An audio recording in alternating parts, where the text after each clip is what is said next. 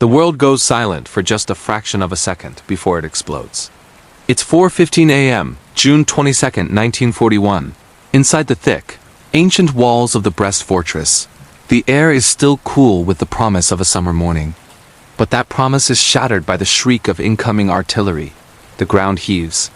Stone walls, built to withstand medieval sieges, shudder as if struck by a giant's fist. Glass panes in the officers' quarters and family barracks don't just crack. They vaporize into a fine, sharp mist. For Major Pyotr Gavrilov, commander of the 44th Rifle Regiment, sleep is ripped away not by an alarm, but by the concussive force of a shell detonating just outside his window. He's thrown from his bed. The air is instantly thick with choking dust and the acrid smell of high explosives. For a moment, there's only a ringing in his ears and the taste of plaster on his tongue. He's a career officer, a man forged in the discipline of the Red Army, but this is something beyond any training exercise. This is chaos incarnate. Stumbling into his uniform in the pre-dawn gloom, Gavrilov's mind races. This isn't a drill. The barrage is too sustained, too precise, too violent. Through the shattered window frame, he sees flashes of orange light painting the sky to the west. He grabs his sidearm and sprints out into the courtyard of the citadel, the central island of the fortress. The world he knew just minutes ago, a peaceful garrison, home to thousands of soldiers and their families, is now a vision of hell. Buildings are ablaze, their roofs collapsing in fiery showers. Men, some still in their underwear, run in every direction, shouting, confused, falling. Women and children scream from the basements of their apartment blocks, their homes now tombs. Gavrilov's training kicks in, a desperate attempt to impose order on the maelstrom. He needs to get to his command post. He needs to rally his men. He tries the field telephone. Dead. The radio? Static. The wires have been cut, the antennas obliterated in the first salvo. He looks toward the bridges connecting the citadel to the outer world. The Kholm Gate leading west into occupied Poland is engulfed in flames. The Kholm Gate to the south is under a relentless storm of machine gun fire and mortar rounds. The fortress is an island, trapped between the Bug and Makhavets rivers, and the enemy is already slamming the doors shut. They are cut off. The German 45th Infantry Division has planned this with brutal efficiency. Their shock troops are already crossing the rivers, their artillery spotters directing fire with pinpoint accuracy onto barracks, depots, and command centers. The fortress, designed to be a bastion of strength, has become a perfectly defined kill box. Gavrilov understands this with chilling clarity. He's not just a commander. He's a prisoner in his own stronghold. He begins to run, not towards a clear objective, but towards the sound of friendly fire. He has to find his men.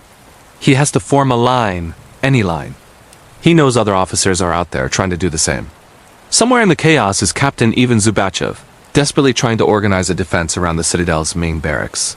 Political Commissar Yefim Fomin, trapped near the Kholm Gate, is probably trying to rally panicked soldiers with sheer force of will. But their commands are shattered, their units atomized. They are islands of resistance in a sea of fire and confusion. Through the thick, rolling smoke, Gavrilov sees the first gray-green uniforms of German infantry probing the ruins near the Kholm Gate. They advance cautiously, expecting a swift collapse. But from the shattered windows and rubble-strewn casemates, rifles crack back. A handful of Gavrilov's men, leaderless but not spiritless, have found cover and are fighting back with everything they have. Gavrilov sprints toward them, his voice bellowing orders, a focal point in the storm. He doesn't know it yet, but the fortress is completely encircled. The front line is already miles to the east. The Red Army is in full retreat. For the men here, there will be no reinforcements, no relief, no retreat. For Pyotr Gavrilov, the battle has just begun. He will keep fighting long after his unit is gone. The thunder of the German assault rages on, the hours blurring into a brutal, unending day, then two. Inside the fortress, the Soviet command structure shatters like glass. A direct hit vaporizes a company headquarters, leaving its platoons leaderless, isolated.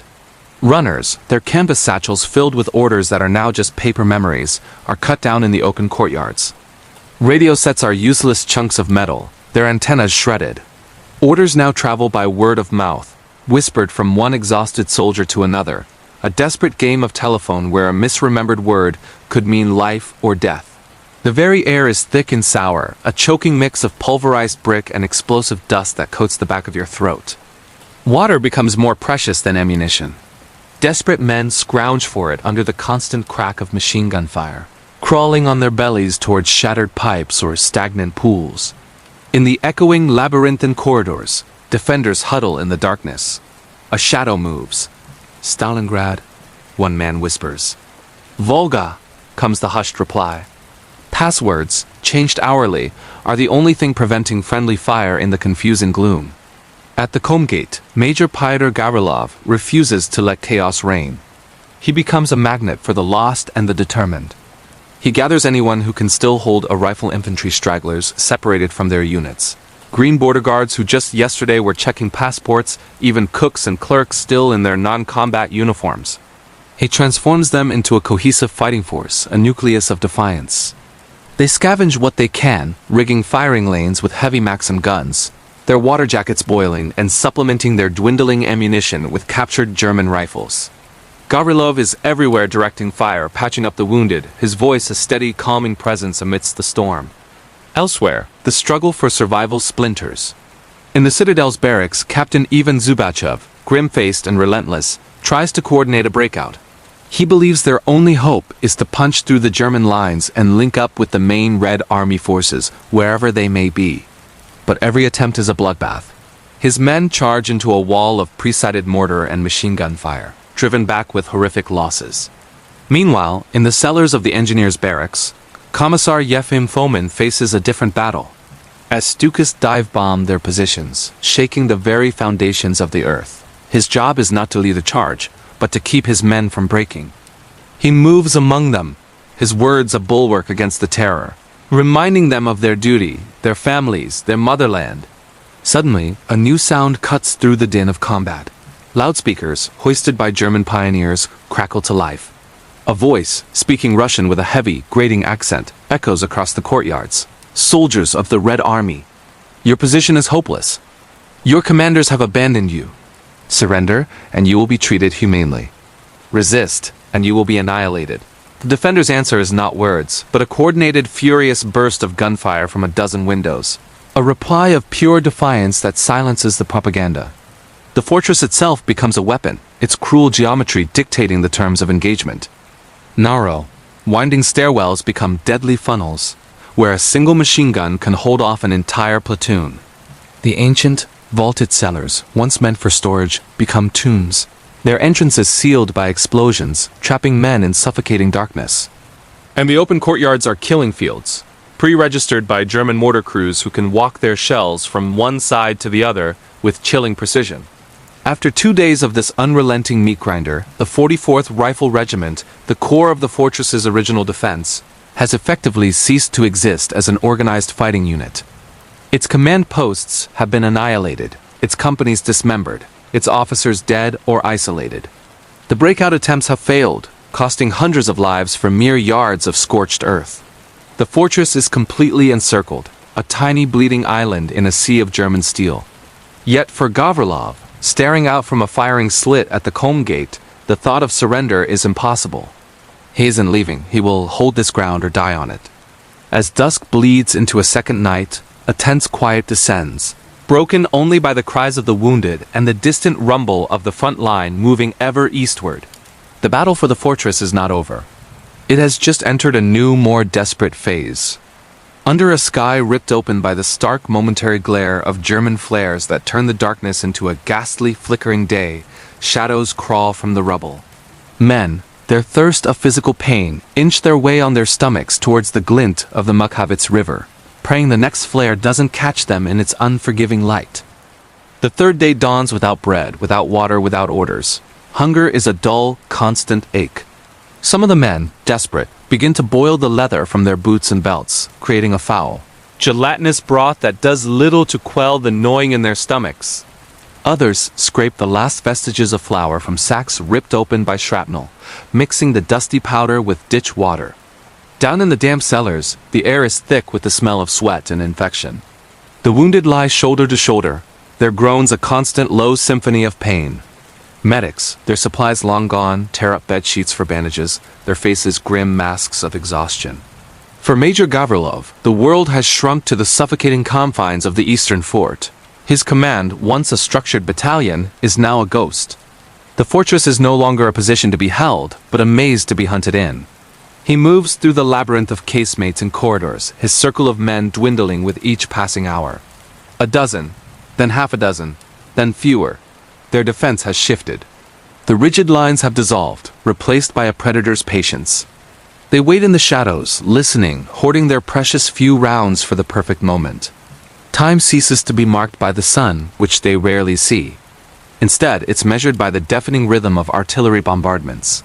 The concussions are the ticking of a clock counting down their lives. In the brief, ringing silences that follow, another sound emerges, the gentle lapping of the Mokavets River against the outer walls. It's a sound of life, of a world outside their stone tomb, a maddening whisper of what they've lost. Even the Germans, in their meticulously logged reports, express a grudging astonishment. They write of fanatical and inexplicable resistance from holdouts who refuse to yield. They can't comprehend why men, cut off and doomed, would fight on. The answer is being scrawled onto the blackened brickwork. In the dark, soldiers use bayonets or charcoal to leave their last testaments. Messages that would only be found months, even years later. One, now legendary, captures their spirit perfectly. I'm dying, but I won't surrender. Farewell, motherland. It is a silent pact, an oath written in dust and blood. This isn't a battle for victory anymore. It's a battle for dignity. A quiet understanding passes between the few remaining survivors. No one will be taken alive. Then, the news filters through the grapevine of rumor and desperation. Captain Zubachev, another pocket commander, has been overwhelmed and captured. Commissar Fomin, the political heart of the defense, was found, identified as a commissar and a Jew, and executed on the spot. The last pillars of formal leadership outside their own small group are gone. Gavrilov is now utterly alone, an island of command in a sea of ruin. But the loss doesn't break them. It hardens them. Their commitment becomes something fiercer, more personal. The enemy grows bolder.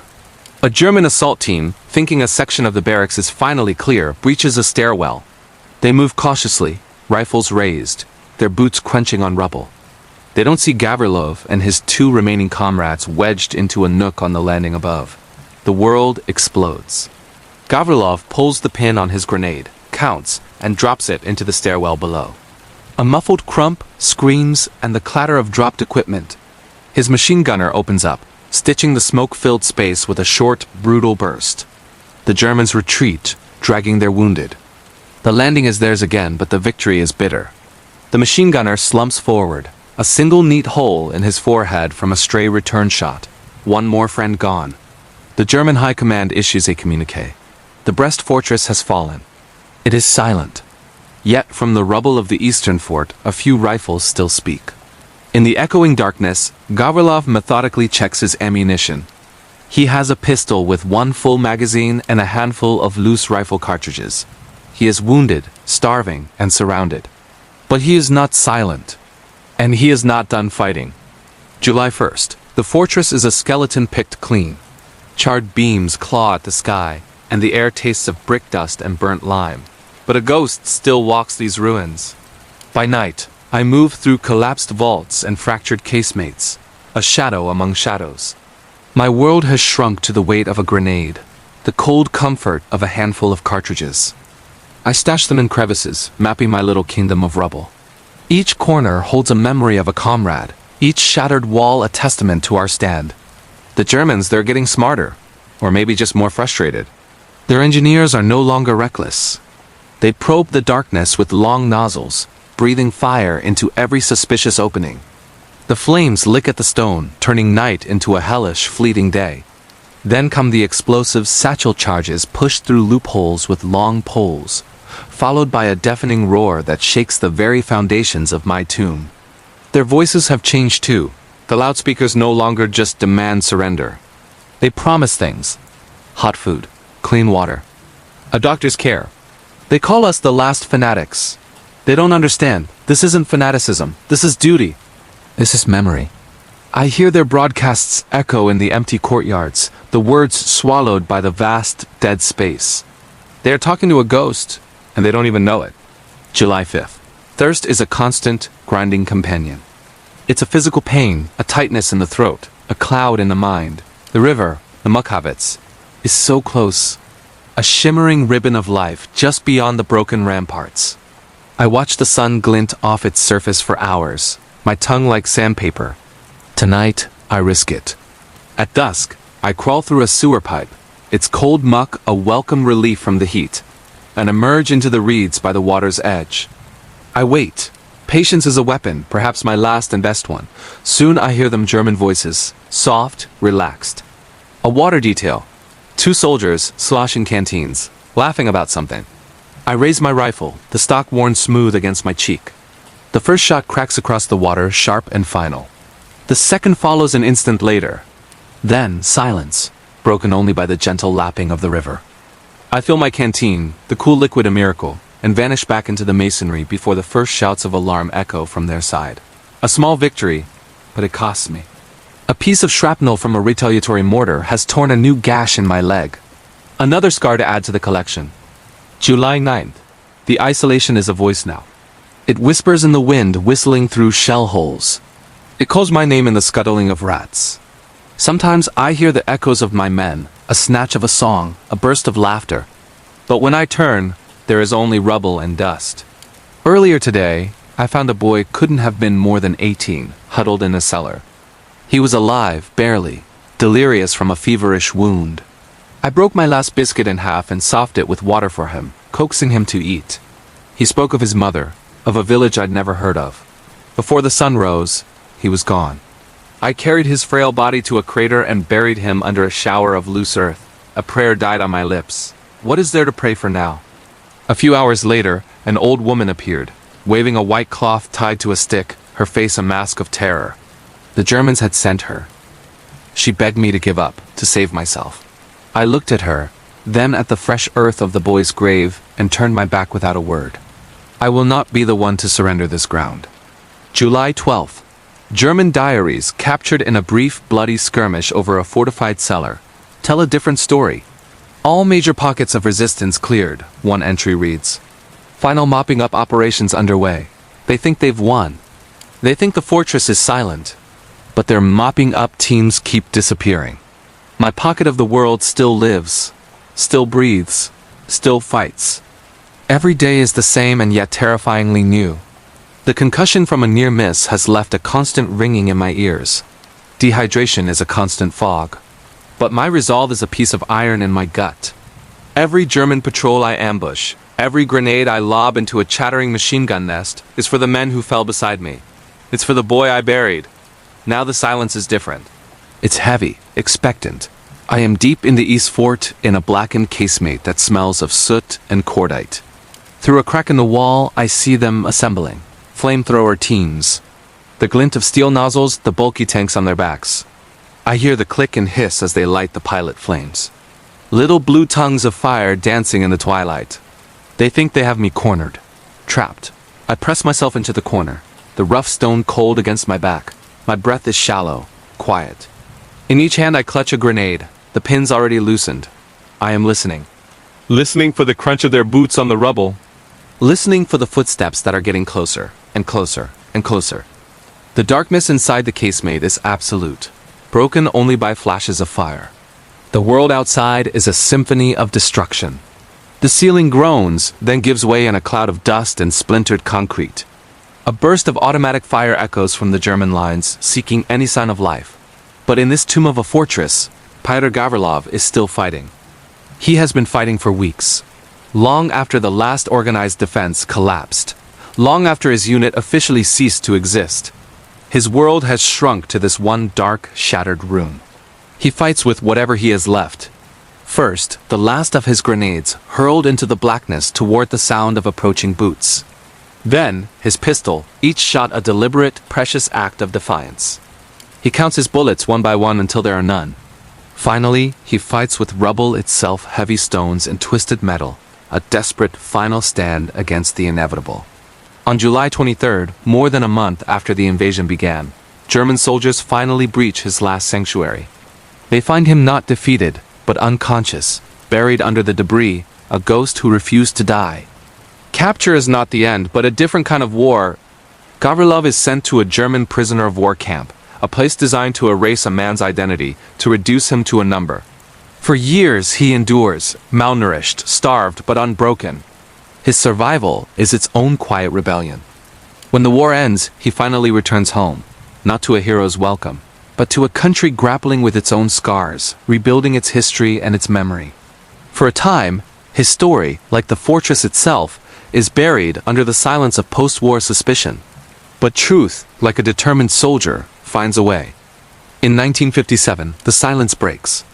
Pyotr Gavrilov is officially recognized, named a hero of the Soviet Union. His endurance is finally woven into the national narrative. In his later years, you could see him walking the grounds of the Brest Fortress Memorial, a living man among giant stone monuments. He would pass the chiseled inscriptions, words that echoed the promise he had kept in the darkness. "I'm dying, but I won't surrender. Farewell, motherland." Gavrilov's story isn't about victory or defeat. It's about the sheer, stubborn power of human will. In a conflict defined by staggering numbers and unimaginable losses, one soldier refused to become a statistic. He held his ground until the very last, and in doing so, he became a story nations tell themselves about what courage looks like when all hope is gone. He reminds us that even in the darkest chapters of history, the refusal to surrender can become its own form of victory. If this untold stand at Brest moved you, subscribe for more stories of courage that live in the silences history left behind. Thank you for watching.